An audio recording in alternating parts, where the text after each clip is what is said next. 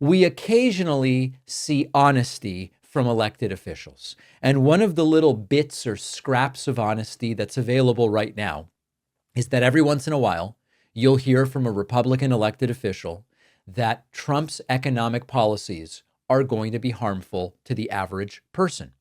Caitlin Collins on CNN had Senator Tim Sheehy on and said, isn't the tariff policy of Trump going to hurt Montanans, people in your state of Montana?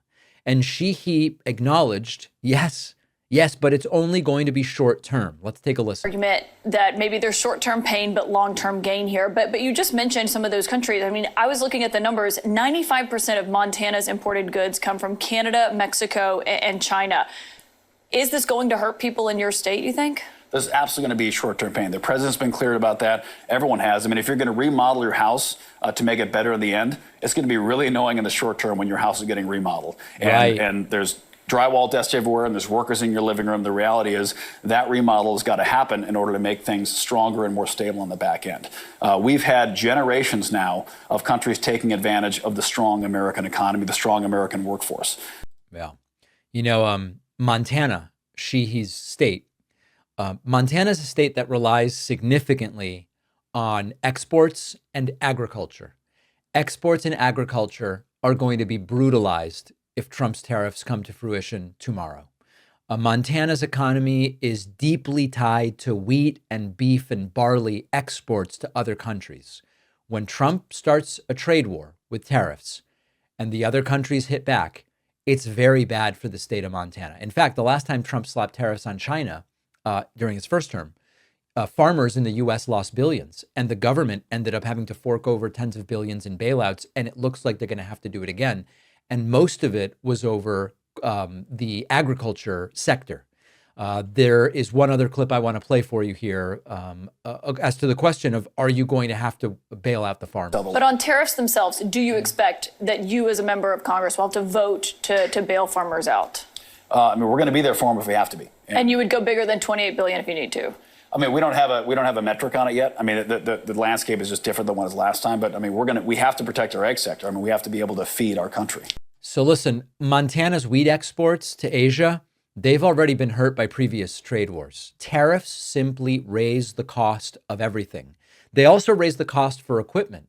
So not only is there a trade war with regard to the finished product, you also have the issue of tractors, irrigation systems, storage bins, fertilizer. All of this stuff relies on imported materials, and it's all going to cost more. So not only will they make less money from their exports, they're going to be spending more to operate. This is really not short-term pain for long-term gain. It's just pain. Now, contrast this with an example of economic pain that does lead to benefits. So I'll give you an example.